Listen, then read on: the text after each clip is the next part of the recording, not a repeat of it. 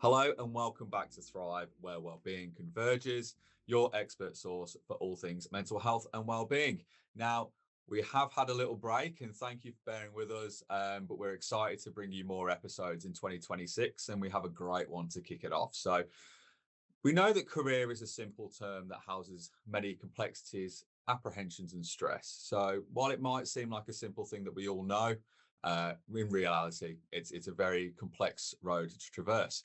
So, in this modern world, we all have to learn about personal brands. We all need to adapt to change, and we need to be able to, pivot into different directions if we need to. So that's why we are joined by two of our amazing guests, career coaches at LME and partners of Converge, who deliver our career coaching, Nikki and Richard Taylor. Thank you for jumping on board. Thanks, Curtis. Thanks for having us, Curtis. No problem. No problem. Can you please tell our listeners a little bit about yourselves? Sure, I'll jump in there. But just by way of an introduction, obviously I'm Richard and that's Nikki, and we, as you mentioned, the directors of LME Coaching, where we run a team of on excess of 20 people that are supporting the Converge clients on a daily basis. Our backgrounds pre this have been in recruitment, where we've both run national recruitment companies in New Zealand and in Australia, as I said, prior to moving into coaching.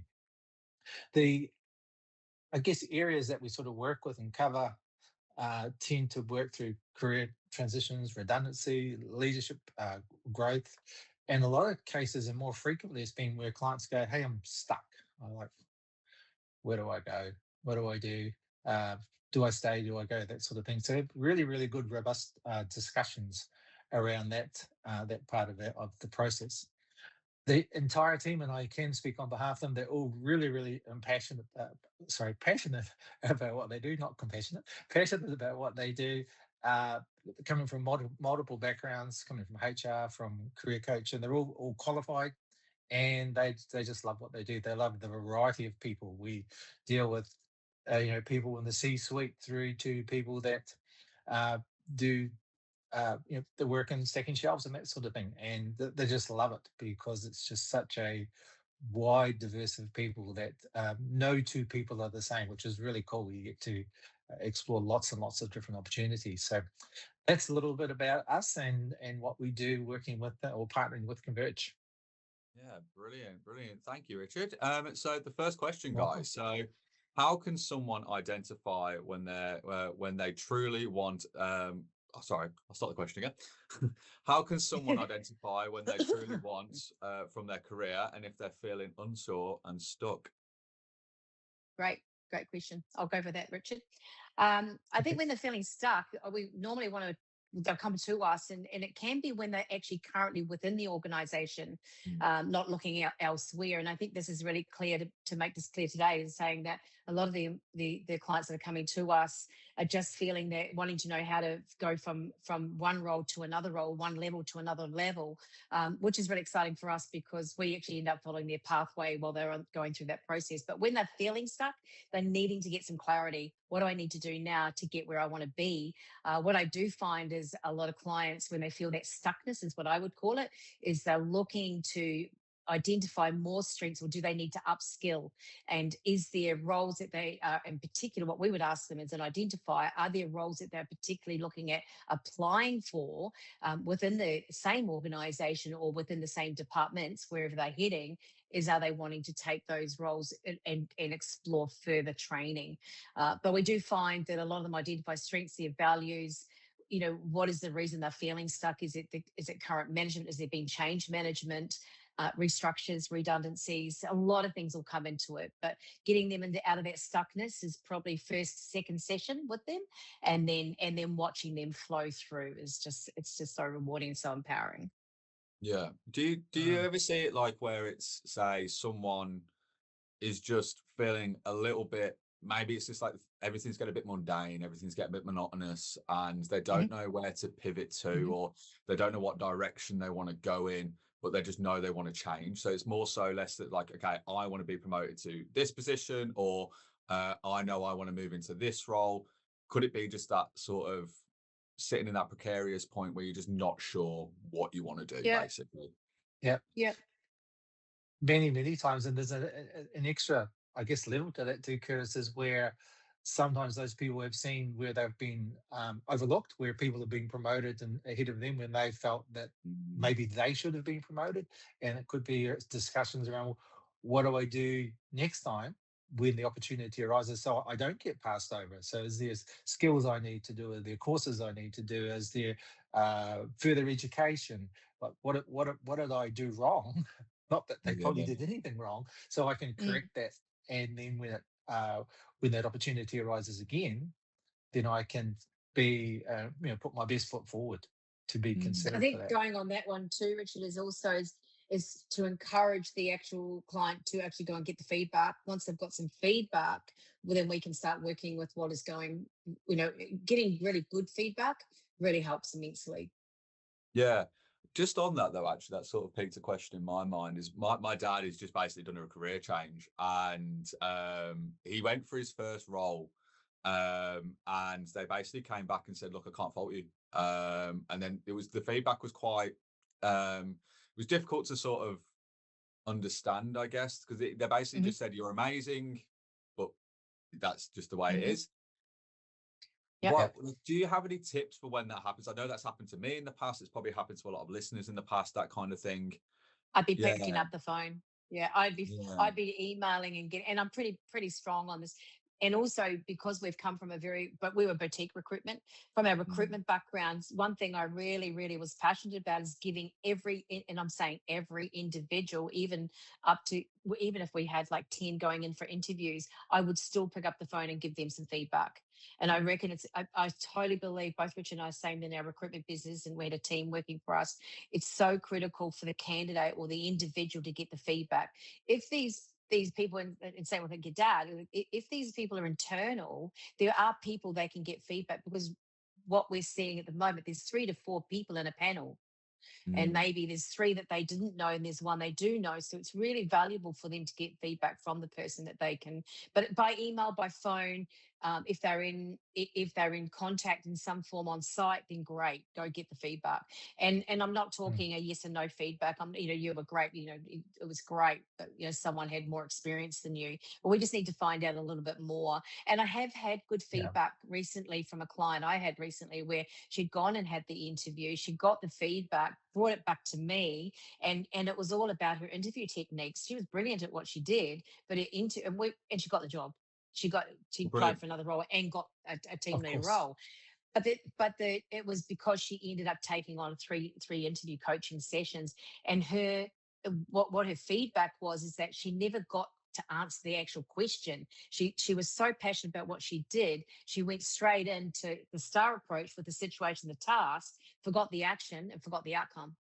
Yeah. And I really believe once they understand how to do it, and break it down, and it's all that prep, and we'll get them to do bullet points, just to a bullet point of a STAR approach, and just know your scenarios and be very specific. So I think feedback in the interview is big, huge, not the application, because that's all the applications seem to be the same nowadays, like all AI driven. But I think I really believe it's the interview part that's the impact. They could be brilliant at the role, but they've got to sell themselves. Yeah, definitely. And we're going to talk a little bit about... Sorry, go ahead, Richard. So when they're asking for the feedback, is really drill down into it. If someone was to make a statement, so what does that mean? Like really find out, other candidates were the classic, there's lots of throwaway lines, there's others had better experience, et cetera, et cetera. And they go, what does that mean? And how could I then improve? So they can give you one lot of feedback. And if it's just a fobbing off exercise, and if you're asking them, well, how can I change that? How can I improve? And then we're making you're making that other the person, whoever you're getting it from, really, really think about what it was. So you're doing it not in an attacking way, but in a way, I just need this information so that I can actually be better and nail it next time around. Definitely. And the feedback we get about that feedback is, people are happy to do that when it's genuine and done in the right way. Yeah, of course. I have also used the question where I go back to my client and say, tell them that you're engaging with us with career advisors or career coaches, and let them know that we want the feedback as well, because that's the only way we're going to help them on the next journey. So there's no embarrassment to say that they're working with someone, with an expert. I think it's brilliant, because then we can start working together and work out what strategy do we need to put in place to make it better. And I have seen super success on just them gaining a couple of extra sessions, understanding how to approach that, the feedback. Brilliant. Brilliant. Mm. Yeah, awesome. So I guess we're going to talk a little bit about personal brand and sort of tips and tricks for the sort of the process, I guess, of when you might be looking at a career pivot, or you might be looking at a promotion or something like that, or when a restructure or something like that happens. But firstly, I kind of want to sort of look at goals. So what are some practical ways to set realistic and meaningful career goals? So goals are really interesting because they've changed so much in the last probably 5 years. There always used to be, what's your 10-year plan? And now that's just too far away. It's like too far into the distance. There's 12 too months. much change. Even 5 years Yeah, can sound tricky. Yeah. I'm yeah, a 3 to 6, 3, 6, 12 is my goal for my clients. Yeah. 5 years is a long, long, long time. It's also a very, very short time. So part of what I do when I'm working with people, say, let's look at the goals, but as Nikki was saying, break them down into relatively small goals, so that once you're understanding from a career perspective, say where you would like to be in 5 years' time, we don't know what changes are going to happen with technology, with AI, and that type of thing. So let's then maybe have a conversation with someone in your HR team. So work out, say, look, you've been here a long period of time. You know what's required for people to be successful in a variety of different roles. So what should I be aiming for? What should I be shooting for? What's realistic in our environment, in our company, in our department, and based on the last 10 years? And if we're talking the public service, which is obviously huge around the country, then they've got a pretty good track record. They know what's going to be happening and what you need to do, and that type of thing. And once you've got a clarity around that, then you can reverse engineer it. So whether it's something you want to do in 3 months or 6 months or 9 months or 12 months, you can go, okay, what do I need to do tomorrow to get to the goal in 3 months' time or a year's time? And if you've got HR on your side, and then maybe look for a mentor. So someone that you work with that's perhaps at a slightly higher level, that's done what you want to be. So don't try and recreate the wheel. It's like, okay, what did they do to get where they were? Okay, so then maybe I should replicate that. Get involved with using EAP and coaching and saying, this is what I need to do. How can I get there? What's some practical steps that I can take? And if we were able to break it right down to what I do tomorrow, then it's not so hard. But as humans, we kind of overthink everything and go, oh, that's massive. It's huge. I can't do it. Can't get 5 there. steps rather than trying to do the steps that are, the 1, 2, 3, Yep. 4. Yeah. I've But gone they to- don't. I've But gone the down thing to is, the- they don't come to us. It's really interesting, this subject, because they come to us thinking, oh my God, I've got, I want to get all this, and I don't know where to start. That's where do I start? And it's interesting when we break it down, and I would class our role then as an accountability partner. So if we can be an accountability partner for the client, and I've got a particular client who contacts me at 3:00 on a Friday, different scenario, but I'm her accountability partner on email at the moment, and we meet every week. Burnt out, staying within the organisation, taking some time off, and now getting herself prepared to return back to work in April. And it's been really interesting. She thanked me so much the other day. This 3:00 email that she sends to me has changed her world. Tiny little goal, tiny little process in her process, and her stuckness was big, it was huge. But at the end of the day, we're getting there. We're getting her to returning back in April, and I'm so proud of her. But she's also super grateful that I've just changed this. I changed the coaching style to allow her to also email me at 3:00 on a Friday. She's doing it. She's done it for a month, and we're nearly there. We're nearly into April for her to return back to the same organisation, possibly a different role, which we're reviewing at the moment. But getting her confidence and getting it all back, and setting the tiniest little goals that are huge for her right now. And that's probably another level. But then we've also got our, our higher end and operational, where they come to us with that spark. And where do I go? I want to do this, and I want to do this. And then we bring it all back into the, let me just take you down the monthly 3 months. Actually, I do 1 month, 3 months, 6 months, 12 months. That's as far as I go now, with most. It's interesting. It's really interesting, the different levels that we're working with, but it's also really interesting to watch such a small step I made for this one client, how big it has been of an impact to her. Yeah. It's and funny when it doesn't matter which one it is. And it's a good point there that Nikki made, because a lot of times when we think about goals, you think of really, really big things. Like it's got to be climb Mount Everest or something, which most people will never do, rather than something small that can be really, really significant, that is easy to do. We just don't think about it because it is so easy to do. It's like, oh, that's nothing. But if we do nothing, like the nothing goal on a regular basis, it then becomes maybe a habit. And if we're trying to change one of our habits to be a better reader, or better this, or better whatever it happens to be, it's just those tiny little steps that we can take over and over and over again with that repetition. I remember a client that I was working with who was able to get a mentor who was the CEO of their particular company, and they were both female, so they're allowed to look at it from that gender aspect of, hey, you've got there, how do I get there? How do I break the glass ceiling? And a lot of that was set around setting those goals, and more accountability. So if we're going to work together and you're going to do this, you've got to do it. No, you've got to be accountable to somebody. There's no point saying, oh, I want to do whatever that is, but then just not being accountable to anybody and going, oh, I'll do it tomorrow, or I'll do it the next day, or I'll do it the day after. So if we're going to take the time and the energy and the effort to set goals, then make sure you actually have that follow through as well. I think we're seeing that a lot more. Don't you reckon? I think we're seeing that a lot more, where people are really accepting, and they find their mentor, like because we'll walk alongside them as their career coach while they're working for an organization, but we're also encouraging them to find that mentor, go meet them for coffee. I always tell my guys to buy the coffee, meet them for coffee, meet them externally, and it's working beautifully. So I'm seeing more of that now than I would have seen 10 years ago, where maybe it's more acceptable to go and find someone in an organization of, say, 3,000 people and say, okay, well, look, I'm looking for a mentor. Who am I looking for? What's this person? Where are they coming from? What's their career look like right now? And I see this working really well. I think it's been a win for our clients.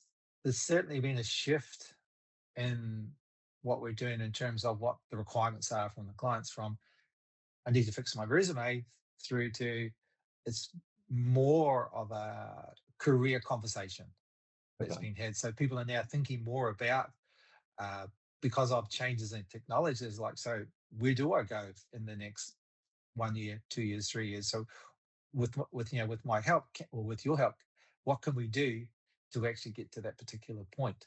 And having those kinds of discussions, rather than, oh, we need to fix up your resume. Because if you've got no idea, if you've got no clarity on where you're heading or where the target is, resume doesn't matter. It's we've got to really hone in on focus, and then have the ability to pivot when things change, which they do. Yeah. But then after that, Richard, it's also then their brand. If that's where they want to go, then they've got to get their brand right as well, which is something we're all very good at. How does management see you? In terms of what do they think you are from a valued employee perspective, or are you someone that really is always push back on things, or so do we need to change something in the way that you I guess behave at work? You can't be the joker and get promoted. Oh no, I know what you're saying. Yeah, definitely. So I think because the way you just sort of described it, then you said a few times, Richard, like AI and changing technology and stuff like that. And something that I see quite frequently, especially being in marketing myself, is like, obviously the landscape now, and I think this is true for pretty much most roles, correct me if I'm wrong, but yeah, most roles where it's you need to pivot your skills and always constantly reassess.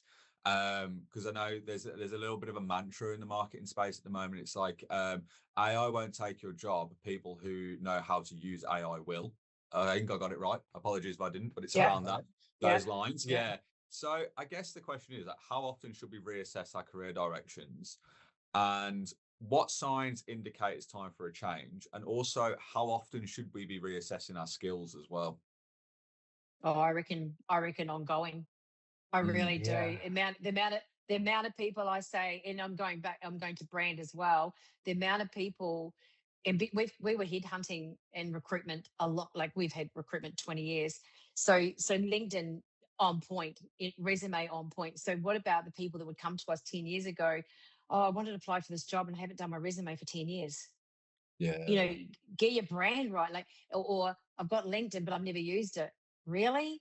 Like, get your LinkedIn up. And these, even if you're staying within the company or the organization, still keep upskill or still upgrade your brand. You don't need to be premium at this stage. You can just have your LinkedIn profile up and running, exactly what you're currently doing. And going back to the skills, I just feel you never assume. Well, I don't know whether this is the right thing to say, but just never assume that your role's safe, right? So don't come to well, they do. They come to us with, I haven't updated my resume for 10 years. I never thought this was going to change. And I mean, I had a lady in a role 28 years the other day, 28 years in the same role. So she hasn't branded herself ever and never upskilled. So it becomes, we're now in a position where we're having to upskill, rebrand from scratch. So I guess from my recruitment background, Richard probably is saying, I'm all about keeping it updated. If you've just gone and done a certificate on LinkedIn or a certificate Cert 4 in TAE or whatever it is, put it on LinkedIn, put it on your resume. So make sure it's all showing up now. Yeah. But Do you think I'm it needs big on synergy? continue. Uh, Sorry. Do you think it needs synergy as well, like having like the quite paired personal brand where you're sort of giving yourself up as a package? Does that make sense? We are a package, but you are a package, aren't you? yeah. Really? You, you are a product. If you want to sort of get down to the basics of it, you're an employer is buying a product, which is you. So when they're doing that, they're going to go, if I'm paying you $100,000 a year, what's my return as an employer on my investment? So what am I getting if I buy Curtis or Nikki or Richard? Which that's where the comparison part comes in, or the competitive part. And in the interview process is what are they going to get based on the style of answers that you give to their questions.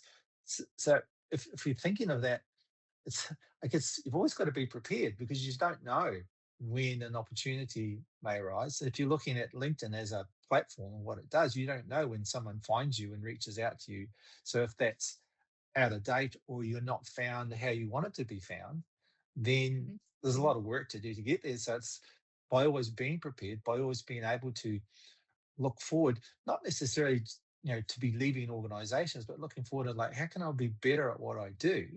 So therefore I become more valuable. So my conversations change and I'm providing a better ROI for my employer.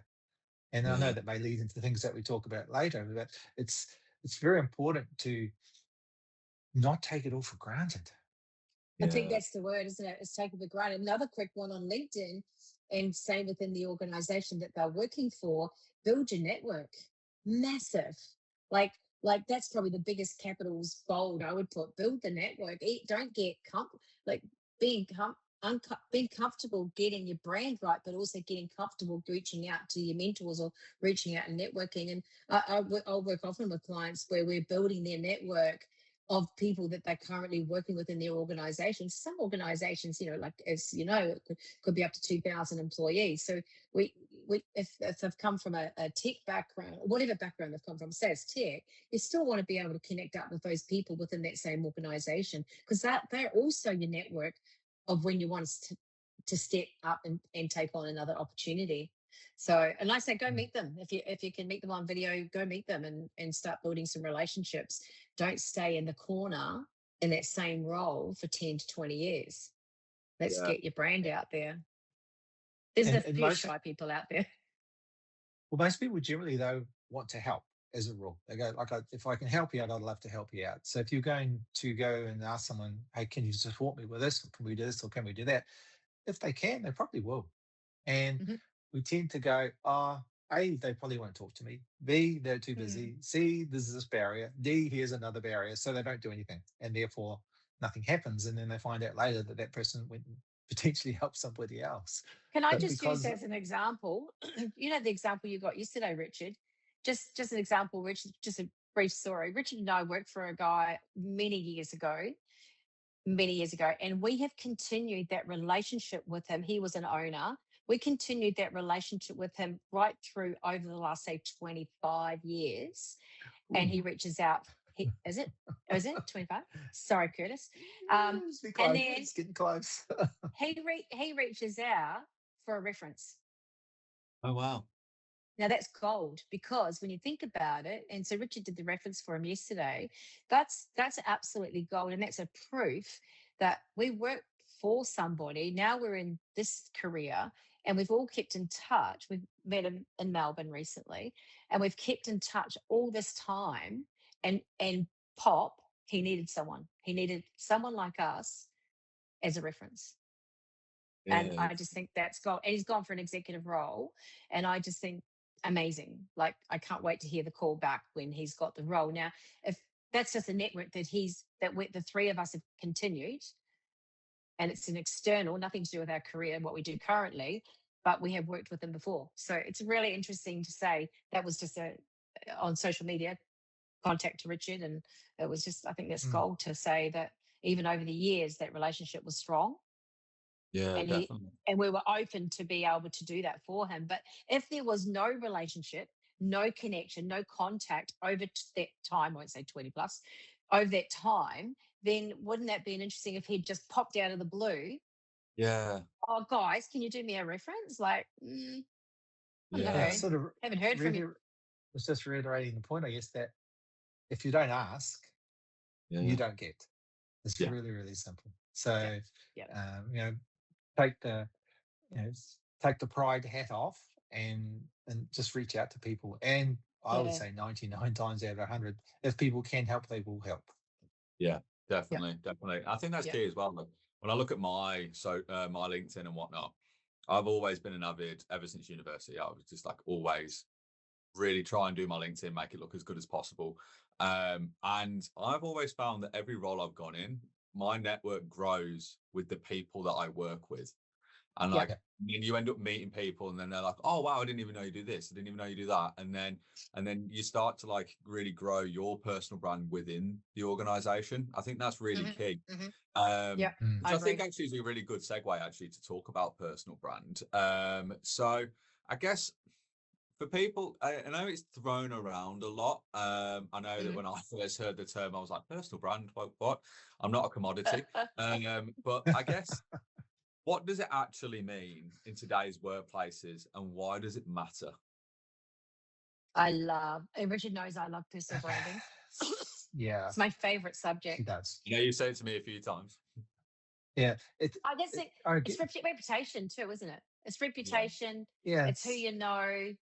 It makes such a big difference later. Like, yeah. But it's got to be on point now. It can't. Yeah, just we'll get them there. mm, If someone came to us, it's that's like, definitely the entire team will do it. how are you perceived by your There's- peers, by Mm, management, mm, by C-suite, if there is one? Like that's your brand. And LinkedIn is a big part of that. But then also is, how do you behave from a professional perspective? Because that's part of your brand. Do you say one thing and do another? That's your brand. Do you always follow up when you say you're going to follow up? That's your brand. Do you go out of the way to help people? All of these things very make good. you a commodity, unfortunately, which is who we are as humans. Uh, I think since COVID, it's maybe fallen away a little bit because of the remoteness of people working. So therefore, there's more reliance on the digital aspect, i.e., on LinkedIn, Teams, those sorts of things, compared to where face to face in an environment and you meet someone at the coffee machine. But it's still there. So therefore, it relied Mm, more on uh, artificial things, like of LinkedIn, etc., rather than those face to face mm, conversations that people would have had pre uh, remote working and hybrid working. It doesn't mean we shouldn't have those models. It's just maybe we've got to be more conscious of mhm, what our mhm. brand is like. and more conscious of what people think. And that's easily why, hey, I did this post, or can I share it with you? What do you think of it? Like, because when you're posting on social media platforms, that's your brand. And we see many examples of really, really bad posts and really, really good posts where people don't think about it. They just throw something out Yeah, there. I think the ranting is the worst for your brand. Like, if you're going to have a rant, just go and have a rant over here and put it on paper and then get rid of it. Don't it doesn't need Totally. to be added to socials. And I think that goes, you wouldn't see any of our posts, with that kind of in LinkedIn specifically. I know there's other social media platforms that we all use, Instagram and Facebook, but even in the recruitment world, it was always something that we would check. As in recruitment, I would check LinkedIn before I saw the individual, and then you see absolutely zero posts, and you see zero, like they might have 10 connections, and they're applying for a marketing administrator role or a marketing manager role. So and I going into the marketing side is what you're doing. Is that it's interesting when you get a salesperson or BDM or a marketing person, and then you go and look at their LinkedIn, and you go, what? Yeah. So to me, that's an image, that's a brand, that's that's their reputation, and yet we've got there's nothing showing me that that's what they do, because they wouldn't have a website, they're working for somebody. But it's really interesting. It's been forever. I think the personal brand is a forever thing. It's just people would pull their resume out 5 years later and go, oh, I need to get my resume looked at, or I need to get my LinkedIn upgraded, like I need to do something with it because I haven't done anything with it for 5 years. So my advice is always encouraging clients to just keep on point, keep on it, keep updating. Yeah. You don't know who's looking. Yeah, true. So if we were going to give it like a short and sweet sort of definition, would you sort of say personal brand is basically how you conduct yourself, how you sort of be in how you act in the office, how you act on Teams webinars, have you got your camera on, have you not got your camera on, that kind of thing, and then how do you amplify your skills and yourself via, say, digital tools like LinkedIn, things like that. Yeah. And that's really interesting about the Teams one too, because that is still, like as Richard said earlier, and you've just said, is that's still branding, isn't it? Depending on whether you're showing up in a can't be bothered attitude on a team. I don't know whether you have that, but in Teams, if you've got so if you've got a group of say 20 people and you've got half on camera and half not on camera, and then you've got the ones that are on camera just like really laid back and just not really interested. So I guess that's all part of it. You don't know who's been invited into that meeting. You don't know who else is around. So, and I guess it's just going back to branding too, is always about building your network. Yeah. And we'll go back to that whole, there's building that network, how you present on email. Yeah.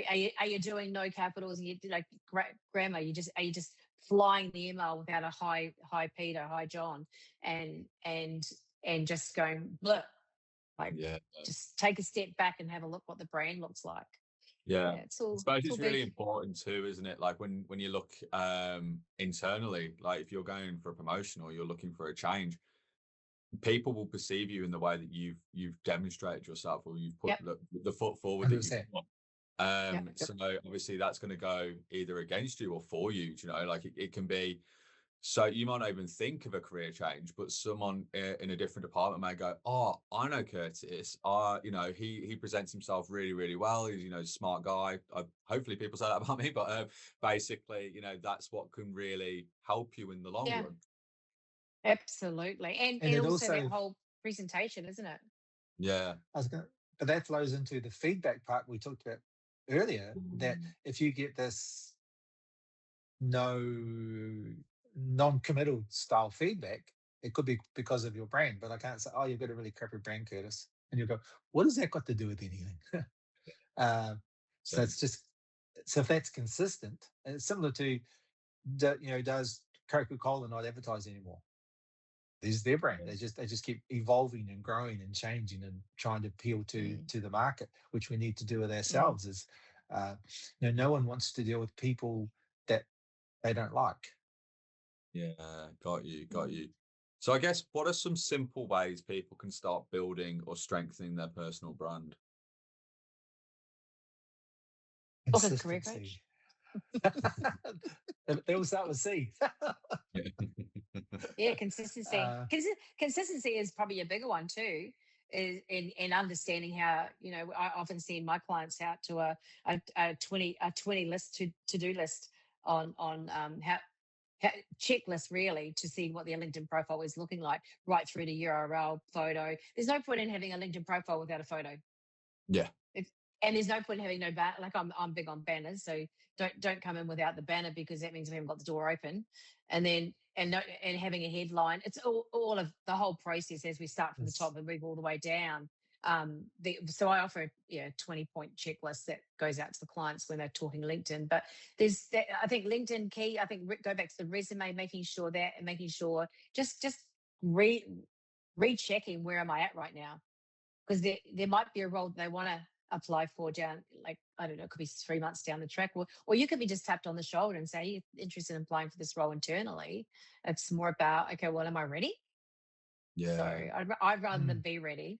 And that comes back, I'm talking our recruitment days, even presentation. We're going back to the office thing. That presentation was huge in our recruitment life, because when a person, because we saw people physically, not video. So when people would come and see you, even that was huge on their arrival, their entrance, their meet and greet with the receptionist, right through to coming into the room, to an interview room.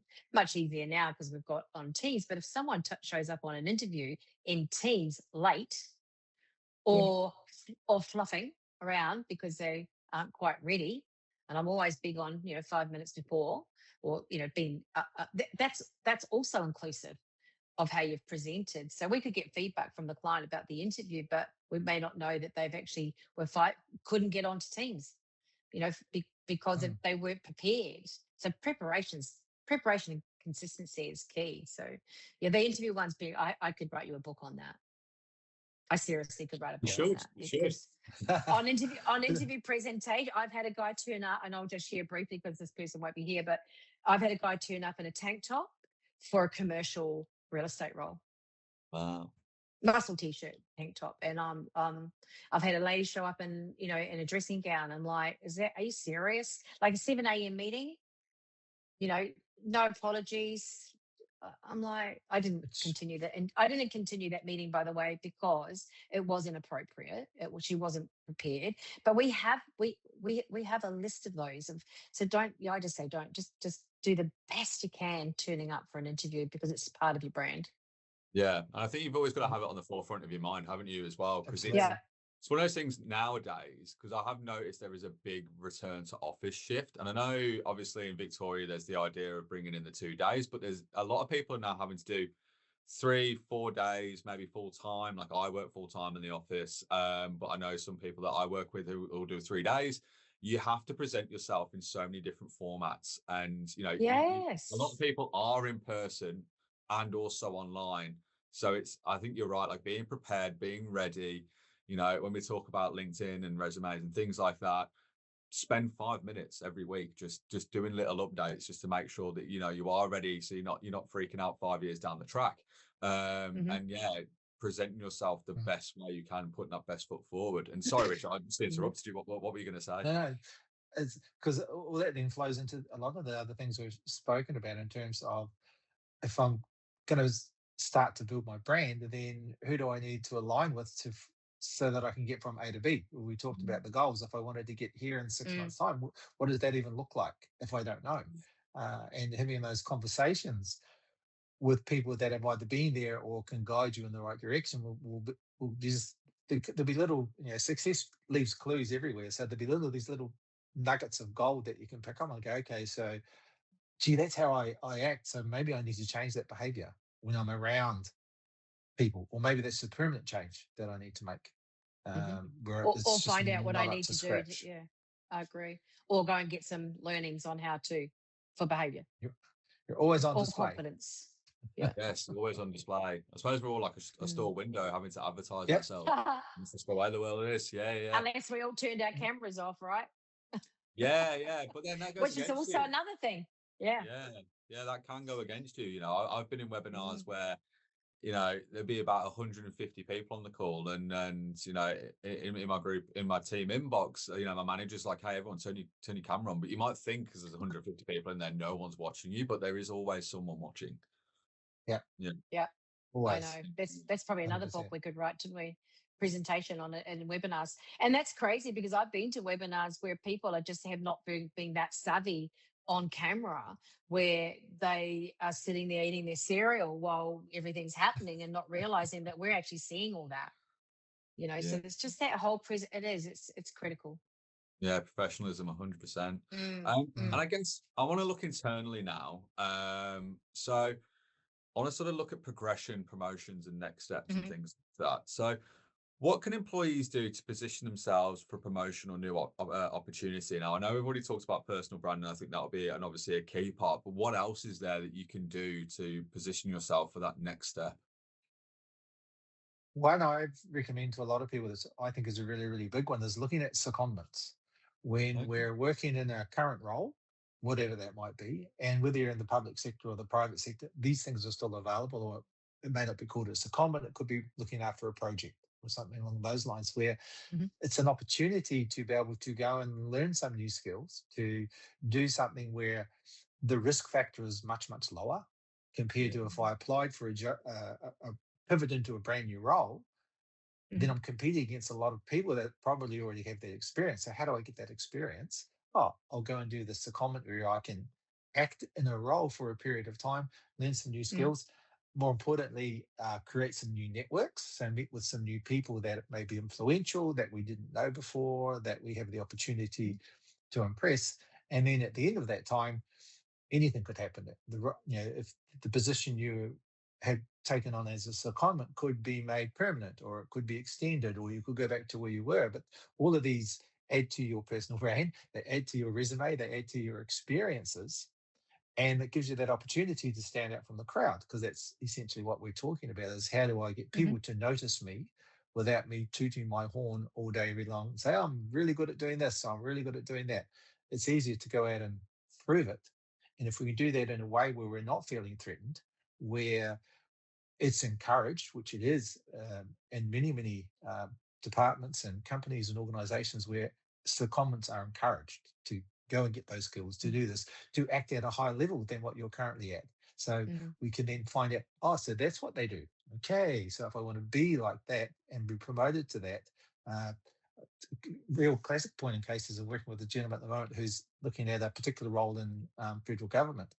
And it's interesting, he said how in the last year he's been acting in these roles on a secondment, and he's like, now I see how they think, and now I feel more comfortable and more confident that I can perform at that role, or maybe even one higher.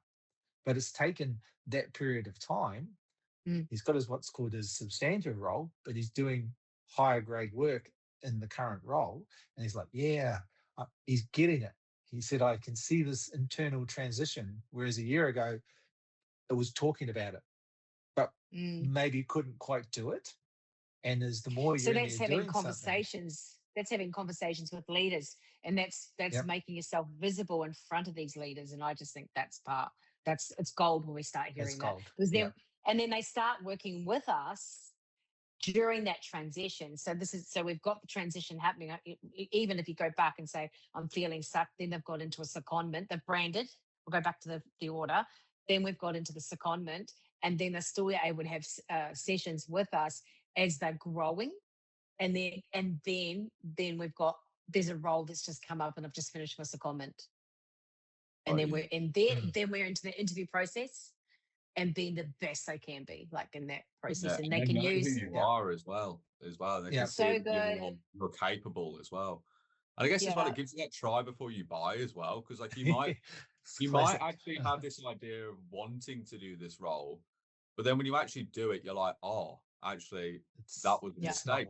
Maybe it was something different that I wanted, and it gives you that opportunity.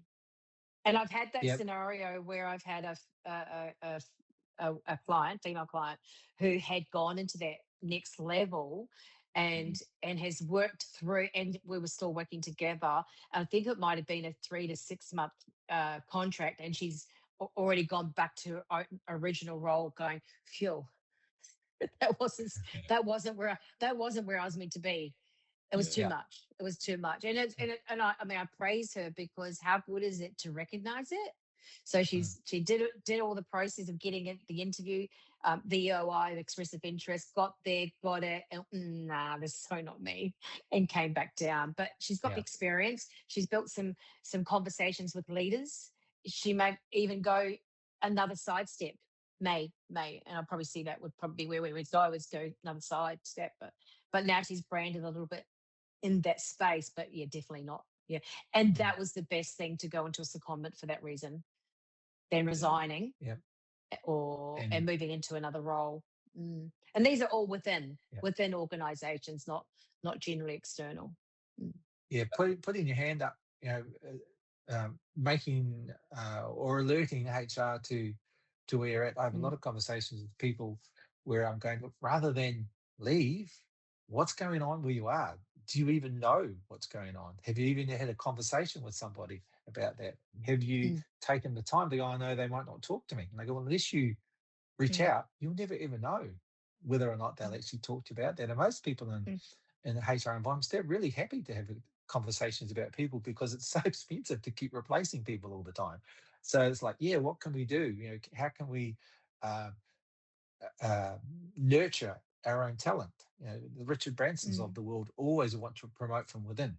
So why don't we look at doing that rather than going, oh, it's not working, or it's too hard. It's like, pick up the phone, send an email, find a colleague who could give you an introduction to perhaps someone that you don't know within the organization. Be a little bit different to everybody else. Yeah. I think becoming a mentor. Sorry, go on, Nikki. Sorry. I'm seeing yeah, sorry, go. No, you go. I'm seeing a pattern at the moment where we were talking about mentoring and our clients going and finding a mentor. I'm also seeing another side of this where they're becoming a mentor and putting it out to the team depending on what level they are, actually I've got one the other day where some EAs, executive assistants, have gone to a particular client of mine who have realized where she's at. She's obviously an EA at a higher level, and now she's mentoring monthly with a group of them, and within the organization, and it's just given her so much confidence. So of course, I've now got her put that on LinkedIn, and now we've added it to her resume, to a brand. So she's now mentoring a team as part of her role. And that wasn't her role 6 months ago. That was definitely not even involved. So reverse the mentoring side. You can become a mentor for something. You just put it out there. Yeah, definitely. I think that's something that I've always been told, especially by my managers, is like, we didn't know that's what you wanted. And it's always because they're not mind readers. You kind of do need to just go out there and just say, like, I want this. This is what I want for my progression. I want to be this leader, or I want to be in this role. And then they can help you that way. And I think that's really key. But I guess, we've been talking a little bit about confidence and self-promotion and whatnot. But for some people, it can feel really uncomfortable. I know sometimes I feel quite arrogant if I'm tooting my own horn about a project that I feel like I've absolutely smashed. I'm like, yeah, I did that really well. And then you feel like you might be tooting your own horn and coming across arrogant. So I guess, how can someone advocate for themselves without feeling uncomfortable or overly self-promotional or arrogant? A lot of that comes back to your personality. Okay. Or confidence. Yeah. So personalities are obviously relatively hard to change. However, we can learn new skills. We can learn to do things. If you're not comfortable, for example, in public speaking, you can learn to be better at that over a period of time. And you've probably seen it as well in lots of offices and situations where you go, oh, that person's so arrogant, like they're always talking about themselves. And I guess that's what you're alluding to, is how would you do that self-promotion without it sounding like self-promotion? And that really is probably just practice. And it's like, how can I, coming back to, I guess, your values, like how can I add value to the organization? Where can I be sort of like send out, discrete things to people that are where I'm suggesting things of projects. Obviously, we can put things in our resume, but here we're talking about environments where I can promote without people getting turned off? Or Mm. here he goes again. He's going I've down had that old this. pathway. I've had this scenario before where I've got my client and she was kind of shyish and no ego, and amongst a crowd of say 10 in the team, and team meetings were quite high in, so she was kind of like the quiet one in the corner. So what I did with her in particular, where we gathered results, we gathered some outcomes, and we gathered some facts of what she had done to succeed. So we got data, so we collected the data to see where her successes. So they were more in writing. So she was able to, so what I've done is in this particular case is I've got her also to go through her KPIs and gone through outcomes of successful outcomes. And I need that in her head. I need her to understand that she successfully took this organization from here to here. But it's about collecting the data and then getting it all written down, getting the facts, getting it visible, and then somehow getting that out. But where I can bring all that out would be in her interview processes. So she could bring those out and know, there's another list I call it, like the raving list. When people say amazing things about you, then go write them down. Like, and keep a list, keep tracking those sort of things, especially in KPIs. How you in your meeting or in your one-on-one meetings, even collecting that data and then collecting successful outcomes, gather that, and then start being confident enough to use those. And especially, I'm assuming in team meetings, if you've got 6 of them all high end energy, and then you've got a couple that are not spoken, not able to come out, then that really the team leader should be bringing those ones up, and then they can share those outcomes or those successes. But I think it's sharing their successes and outcomes to be able to start gathering them and collecting the data for the interview, later down the track for the interview. And that's confidence, isn't it? Yeah. I suppose, it's tricky sometimes having confidence, isn't it? Like, I suppose it's like, do you think you can subtly mention it? Like, when you're replying to an email where you're like, oh, someone might have included the team being like, oh, what was the performance for this month? And you might go back saying, hey, as a team, which, we've managed to bring 22% in revenue gains or something like that. And then you have that kind of self-promotion, but you're doing it in a subtle way, I guess. With you facts. could do that, and you with could say with real life facts. So it's so good. My contribution to the 22 was 7%. Yeah. You could, as you say, subtly bring in things rather than just, hey, look what I did. It could be, hey, the team did really, really well, and my contribution was this, and Mary's was that, and Curtis's. You could sort of do it that particular way, and it would depend on that, who that communication was aimed at. Like, are we sending it through to the C-suite, or is it to line management, or that? But it's sort of really trying to target your audience with whatever is that message is. So if it was in the meeting situation that Nikki mentioned, like, how do you break into when all these people are used to doing the talking? How do we say something, and then is it going to be seen as value? And then am I going to look like an idiot? And all these thoughts might go through her head. So I won't say anything.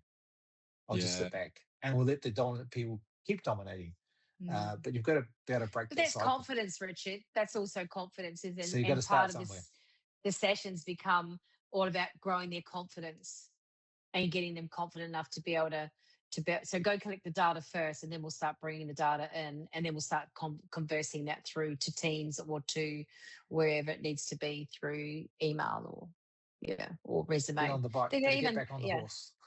Even that data can be expressed in their bullet points on their resume, or on their even on their performance reviews, the summary. as well. Just a snippet. Just grab a snippet of that. So performance reviews is what I probably focus on, and say, well, why don't we collect the data from those?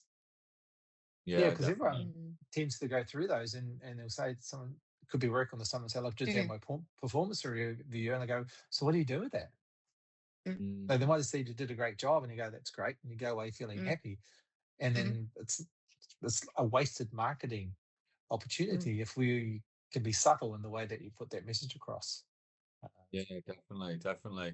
I mean, something I also want to sort of quickly touch on is, a lot of people can take time away from work. It could be just that you've had a break, or you needed to for health reasons, or you've got on maternity or paternity leave or something like that. What advice do you have for navigating that return to work? Because obviously, we're talking a lot about confidence. It can be, you can be sort of stripped of your confidence in that time. You might think that things progressed and you haven't, that kind of stuff. So what's your advice for people who might be returning to work and wanting to, get stuck in and be capable from day one? I would recommend that they start communicating with Yeah. Managers, line managers, etc. 1 or 2 months if possible before they return. So it's like, hey Curtis, just reaching out, looking at, really excited to be coming back to joining the team.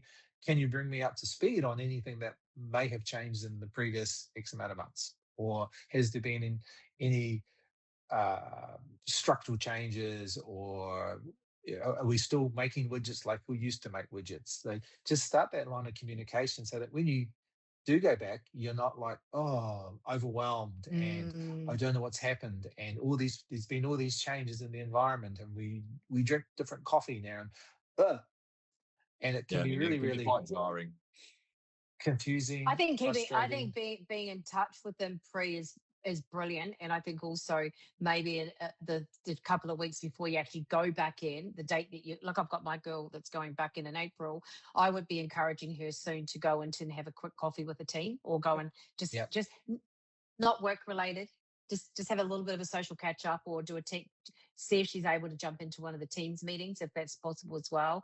And I just feel that just that little bit of extra connection, even I guess, just different for Richard and I, because we're all on, like we're always in touch and in connection and in communication. But if we weren't in communication and we were going away and coming back, I would just find it, I'd be like, oh my God, what's happened here? So you do want to keep in touch. You can by email and Teams, or if there is people on site on a Tuesday and everyone's on site on Tuesday, seems to be a thing, doesn't it? Like go in and have coffee, go in the morning and have a quick coffee with them all. Make it a date, like make it an event. Yeah. And do you think like one-to-ones and mentoring and stuff as well, do you reckon that's key? Like being like, oh, can so-and-so give me, 3 hours of retraining or something like that? Agreed. Can we have one-to-one meetings with the management, those sorts of things? Because that is a transition, hey? That's a big transition. It's like starting a new job almost sometimes. If you've been away for a long period of time, nearly 8, 9, 10, 12 months, so much could have changed. And so by getting that re-entry programming to say, hey, so can I just sit with you for 2 or 3 hours? That could be really, really valuable from that point of view. And then taking it on board, and then maybe reflecting yourself on what could I be doing differently, given that things may or may not have changed. So do I need to upskill as well, based on the information, based on the data that you've been given? It could be quite scary for a lot of people. I think it depends on how long, doesn't it? It depends on whether it's a 3 month, the time away would be 1 month. Would be critical. Yeah, definitely. Yeah. Now, very similar to the secondment scenario. Sorry, someone's gone on secondment and they come back and everything's changed. Yeah, true. Yeah. So I suppose it's just that re-entry process, isn't it, really? And just trying to acclimate as best as possible and re-assimilate. Yeah, definitely. I like what you said, Curtis, when you said have that one-on-one with a manager, or have a one-on-one with a team to do the handover. I think that's brilliant. That would be up to the individual also to organise. They can't sit back and wait for the manager to organise and say, look, just before I come back, even if you're coming back from a secondment, this is what I'd like to do on day one. Yeah, I think that's an awesome advice for them. Yeah, brilliant. Maybe I could be a career coach. Wow. You could. Could do. Now, I'd like to I've got a couple more questions, guys. I hope, how's your energy? Are you going well? Yep. Brilliant. So, a couple more questions. So basically, I sort of want to just touch on change and uncertainty.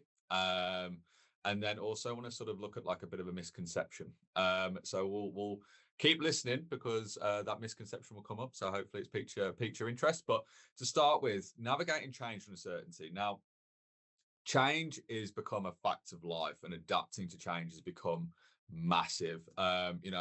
I've only been in my career for about 5 years. I've already been through 2 restructures. I'm happy to say I've survived them all. Touch wood, I continue to, but it can be quite scary for people. So how can individuals build resilience when facing career uncertainties such as change or redundancies or restructures, mergers, all those sorts of things? I want to just add the very first part would be I personally would say now in today's world, change is the new norm. Yeah. So we just want to get comfortable. I want and I want clients or people to understand it's not something that's rare. It is the new norm. So we need to be very mindful that this is what it is. But how do they adapt? How do they get involved? They've been in the role for 20 years and something's changed dramatically. That's where we come into it and support them on the way, build their resilience, build their confidence, and create a safe space where they can share how they're feeling through the restructure, through the change that's going on. I just feel it's more about this is the new norm. Not saying you've got to get through this. This is the new norm, but just being mindful. There's a look EAP. That's what we're here for, right? So the EAP is available for those times to get through with the counselling or with the career coaches, so that we can build their confidence and build their resilience, build their brand ready. Goes back to brand again. So ready to get them through that process. Yeah. And there's steps and strategies. All our coaches have different strategies. We're all come out with the same outcome. Yeah. Probably initially, Curtis, I'd suggest to most people, obviously try not to take it personally, but also, and that's a biggie, but also try not to worry too much about the things you can't control. Because if we start getting concerned about the impact on the company and all those sorts of things that we have zero control over, you then buy into whatever it is rather than going, well, this is part of a process. So what do I need to survive to get through the part of the process? Rather than, gee whiz, this process is taking over all my entire thinking, and now the company's terrible, and the manager's terrible, and that's terrible. It's like, so that's happened. Okay, what do I do next? So is there opportunities to come out of this opportunity? So there could be downsizing, for example. So it's like, okay, so what do the new roles look like? So how can I prepare to be part of applying for the new roles? Is the new job descriptions, having conversations with HR, with management, other than going, pity party, poor me, this is terrible, and everybody's bad. It's like, okay, we're going to somehow get through that part of the process. So it's okay to be down for a little while, maybe 2 hours, 3, and then let's get back onto this. So what can I control? I can control my application. I can control how I react. So all of the things you can control, work on those rather than things that are totally out of our control. Yeah, I've got a good actually. That's reminded me. I've got a good anecdote for that one. I remember when I went through my first restructure at a past job. They basically restructured the whole team, so everyone apart from 3 people were put at risk. And at that point, we all had to apply for a new role, essentially. And there was me and another guy in the team. We were both going for the same position.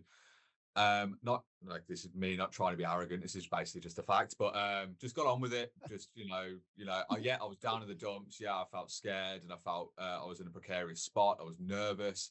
But it was just sort of like, look, I can't control what's going to happen. All I can do is just put my best foot forward. The other guy in the team went a completely different direction. Basically just said, this is awful. Everyone's awful. Really didn't present himself very well. And then ended up, I got promoted, and the other guy next to me, unfortunately and sadly, was made redundant. But it's almost like it could have been a completely different story if he presented himself in a different way, and it could have been a completely different story if I presented myself in a different way. So I think realistically, 100%. It's like you say, when you go through these processes, is that don't take it personally. It is a business decision.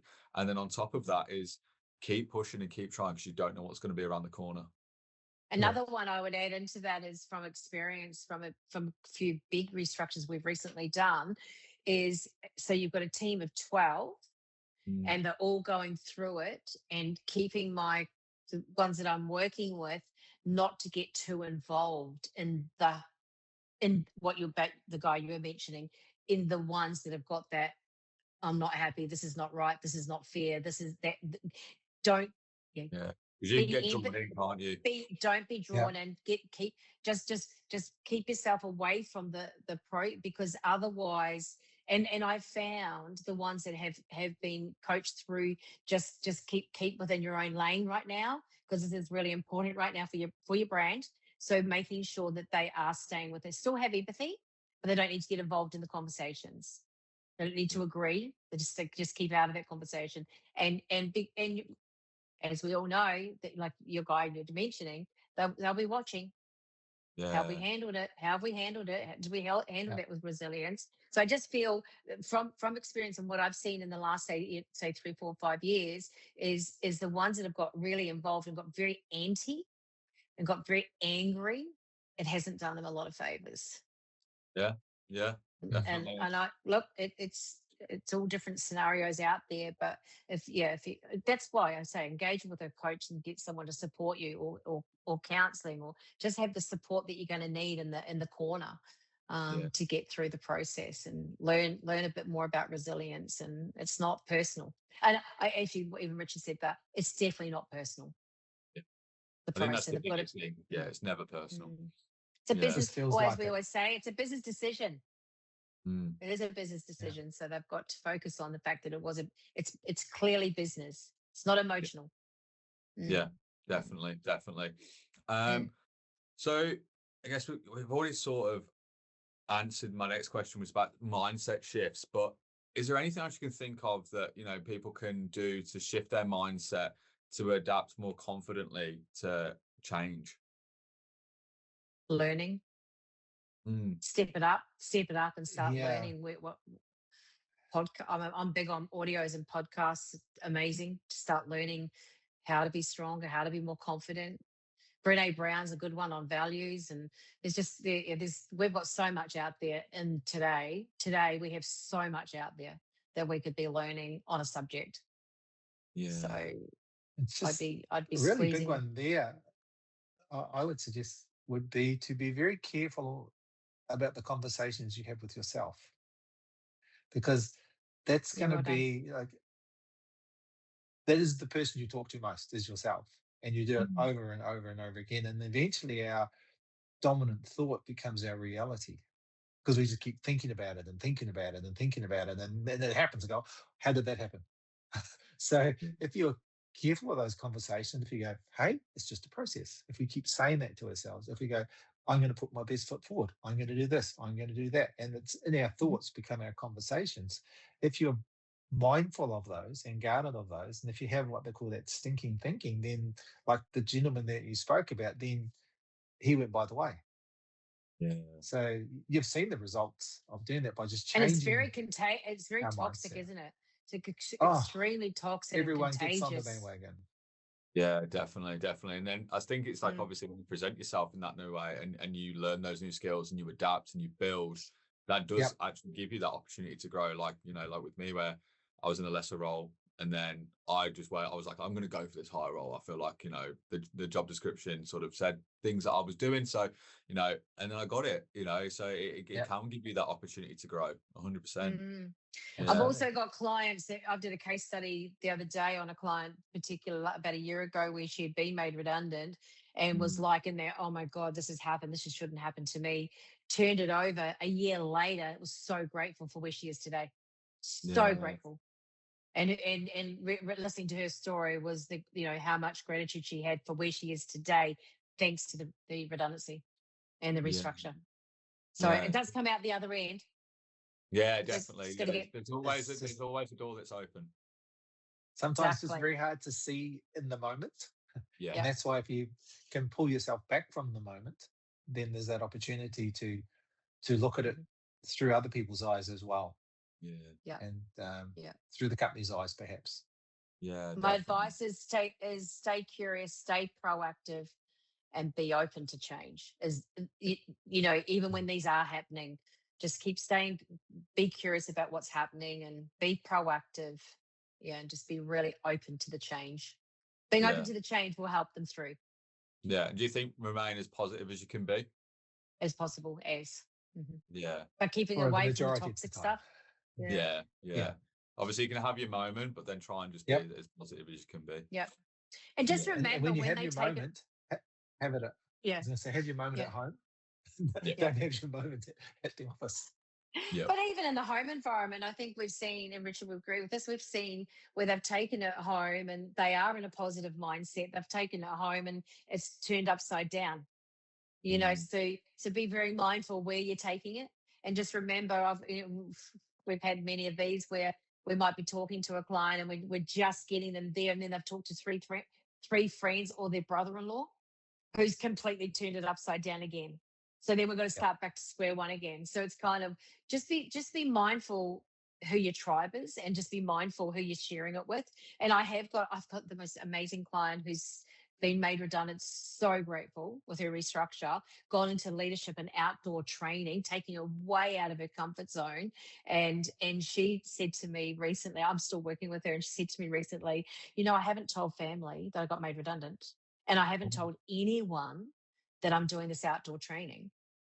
I want to wait till I've completed the outdoor training. So she's had me in the corner, but she's gone through the entire restructure. Her partner knows, and gone through the restructure redundancy without telling friends and family. Yeah. People she can just be extremely I doom and couldn't gloom. I My couldn't parents do told me that. Yeah. Yeah. I I don't couldn't do know. it, but she knows, judgment. She reckons she would be highly judged, the fact that she's not working yet, and she's decided to. So she's not working, but she's also decided to readjust her career and finish this course till June, and then start actively looking for a role. And that's when I'll tell them. I'm like, oh my God, it's something I've never do. I tell everyone everything. No, definitely. And I think that's But a good good way to honor. be. Yeah, it's a good way to be, because I Very know like different. people can be very doom and gloom. I suppose, like, not to generalize, but Yeah. you can have people in your corner that might be like, "Oh gosh, like what are you Oh my going to do? What are gosh. you going to do?" And then you start to like freak out, and be like, "Am I going to lose my house? Am I going to, how am I going to support my family? All that sort of stuff." And then Yep. and then it all just starts to spiral. Yep. And It all then goes down becomes that this big, rabbit hole. infectious, toxic moment because you've shared with three people that are not your tribe. Yeah. They're not your people right now. So you got to pick your people, and even if it's a smaller network, I'd pick those people. We don't need the 20 friends and brother-in-laws and cousins and sisters and aunties to let them know who have not been through this before. Yeah, Who definitely. will say exactly what you said? What about the mortgage? What about, oh my God, you can't? Oh my God. So no, Yeah. you'll be fine. Yeah. You'll be fine with the right support. Yeah, of course. Now, actually, that leads really nicely into my last question. So I kind of wanted to talk about the misconception of career coaching a little bit, because I think some people may find, and I thought this in the past, where things like EAP and whatnot, it's for when things are at like a crisis point. You've just been made redundant, and then you're freaking out, and you're like, okay, I need to engage a career coach, or I need to engage counselling, or something like that. Or it might be, oh, I want to leave my job, I'm going to engage a career coach, or something like that. What they kind of seem like a part of it, but then also a bit of a misconception that that's all it is. So I kind of want you to just sort of dive into that a little bit, and explain what is a misconception around career coaching, and what it actually is, and why it's beneficial. Go, Rich. Go me. So there seems to be this that I'll go and get help when something's broken, rather Yeah. than maybe I could be working on, and we have sort of talked a bit about this, but what are the things that I could be working on before we ever get to we may even not get to the broken stage as such, and trying to work through how can I be the best version of myself from a career perspective, which is a huge part of everybody's life. You spend so long at work, About however many 80% of hours a the week. way. Yeah. Yeah. So looking at what the service can do, and we've touched a lot on working with people through different challenges, but also about what if I'm not looking to change, and what if I'm not looking to do look at internal promotions or external opportunities, and how can I then grow within myself right now? So there's an opportunity then to just sort of work with people. And on a lot of occasions, we've had calls where we're just seen as like the sounding board. So someone wants to talk about this, and they go, pop, pop, pop, pop, pop, pop, pop, pop, and they go, Yeah. I feel so much better just having spoken to someone that I don't know. And you go, Yeah, I love wow, it. I love they've it. just They're my unloaded favorites. all this. And Yeah. you go, Yeah. so was the session like that? And they go, oh, I feel so much better. That was awesome. Mm. And you may Yeah. never ever see them again. Through to some people that you can work with them right through a whole variety of different challenges. So it's not just about resumes and cover letters and all those sorts of things. And as you start being made redundant, it encompasses so much more that we could probably spend another hour just talking about that particular part. We're just looking through the variety of people that we've worked with over the last sort of 5, 6, 7 years. They all arrive with different reasons. Even now, I'm finding more this year where people are saying to me, so what are my qualifications? What have I done? Where have I come from? Before they will tell me where they're coming from. And I'll go, hey, that's unique, because it wasn't something that was, to me, relevant. Because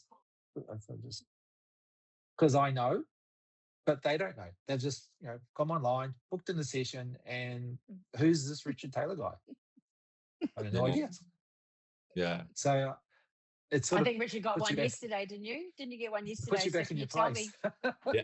Didn't you get one yesterday? Richard got one. Can you tell me about your career? Like, we've had this, both of us get these where they'll, and I know all the other coaches are getting it, where so they book the first session, and they go, so can you just, which is totally fair, right? So can you tell me about your career? So tell me about, like, what's your credentials? Who are you? And I think that's great. Specialty, so, what's your background? So good. And they've had one earlier this year, and she goes, well, because I need to know before I need to know how much to tell you. That makes sense. That's kind of logical. And that particular person was really well educated, had a PhD. So then obviously imposter syndrome creeps in from time to time. You go, oh, shall I be talking to that person? And it was more about nothing was broken, nothing was wrong. It was, I just needed to talk about a variety of things from a career perspective with somebody that doesn't know me, that's not my boss, that's not in my family, that can give me non-judgmental. Their concept of, it was like, she said, what should I do? I'm going, wow, I can't, in my mind, I can't tell you what to do. Like, this is your life, this is your career. But they don't want to hear that. They want to go, you're a career coach, so you should know. I go, okay, let me drag out the crystal ball and go, oh, there we are, you should be doing that. But by a process of just going through maybe what they shouldn't do, you can then leave behind what is left, which could be 2 or 3 different opportunities.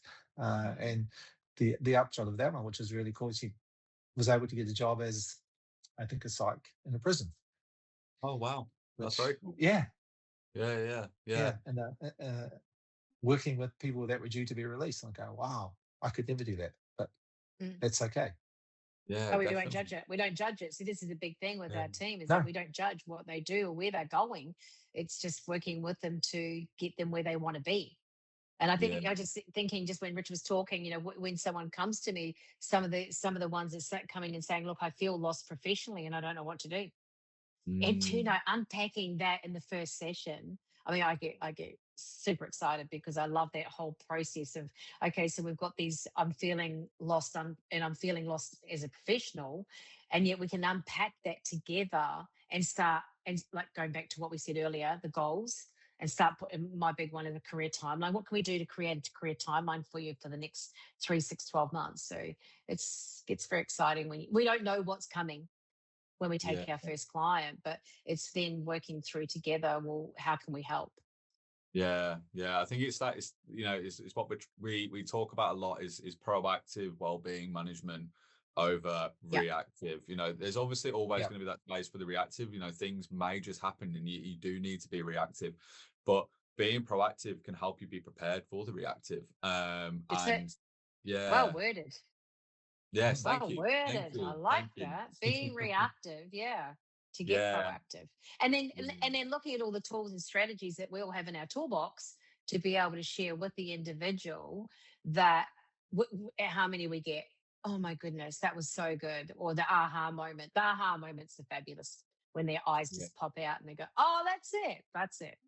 Exactly, So, exactly. I yeah. think it's one of those things where you may not know where you want to go. You may not know what you want to do. You may just feel really comfortable in where you are now, but just having a conversation could open up a world of possibilities. And I Yeah. think that's the key thing, you know, that's why we, you know, talking about, obviously we're talking a lot about career coaching, but I think that's just EAP in general, being able to just go and have a conversation with an expert who's been there, knows what's going on, they're fully qualified, they're experts, and they know exactly what you're going through and how they can help you. And I think that's the key thing.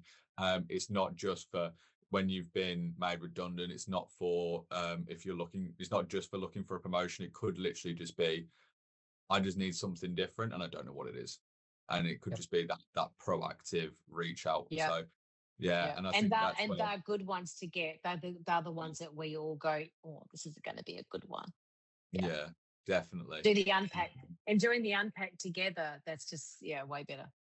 Yeah. It's unpacking. It's literally unpacking and identifying what's going on, what's happening, and allowing them to spend the session on, just as Richard said, some will just want to let it all out and there's no judgment, and then that's fine. And if we book another session with them and we get some clarity, might be only session 2 and 3, they've got some clarity. Yeah, So, definitely. no rules. And I think as well, no one is perfect. No one is the best at everything. You can always improve. And I think that's where the sessions with you guys can come in really, really, really pivotal, is that, you know, always be looking to improve. Be always looking to get better at what you do. There's always ways that you can, you know, be more efficient or improve processes, or, you know, things you might be going through is like, oh, this is, you know, really tedious, or this is such a hard slog and it takes away from the time I really enjoy doing things. If you have conversations with impartial, non-judgmental people, they can actually help you find what you need. And that's also going from the post-grad that just took the 9-month contract, right, who doesn't like doing data entry because that's all they're doing, to the 65-year-old who doesn't want to retire but may retire, do semi-retire. So where do they transition to? And that's really interesting. And then you've got your mums, you've got there's a whole, from your graduate right through to retirement is what we're working with. So again, it doesn't matter what industry, what role title, like I said, like even if it was a delivery driver through to the C-suite, we're still capable of supporting them in any way we can. Yeah, definitely. Brilliant. Thank you so much, guys. Really appreciate your time. We know our listeners and viewers are going to absolutely love this episode. It's been very enlightening. Awesome. And if you are partnered with Converge, you can actually access Richard and Nikki and their team and the rest of the team through EAP. So please book a session online or via the Converge app, or just pick up the phone and give us a call. Our number is on our website. Book a session and get that impartial expert advice. It's really key. But yeah, thank you again, Richard and Nikki. Really appreciate it. Thank you. I've been Curtis, and we will see you again next month for our brand new episode of Thrive.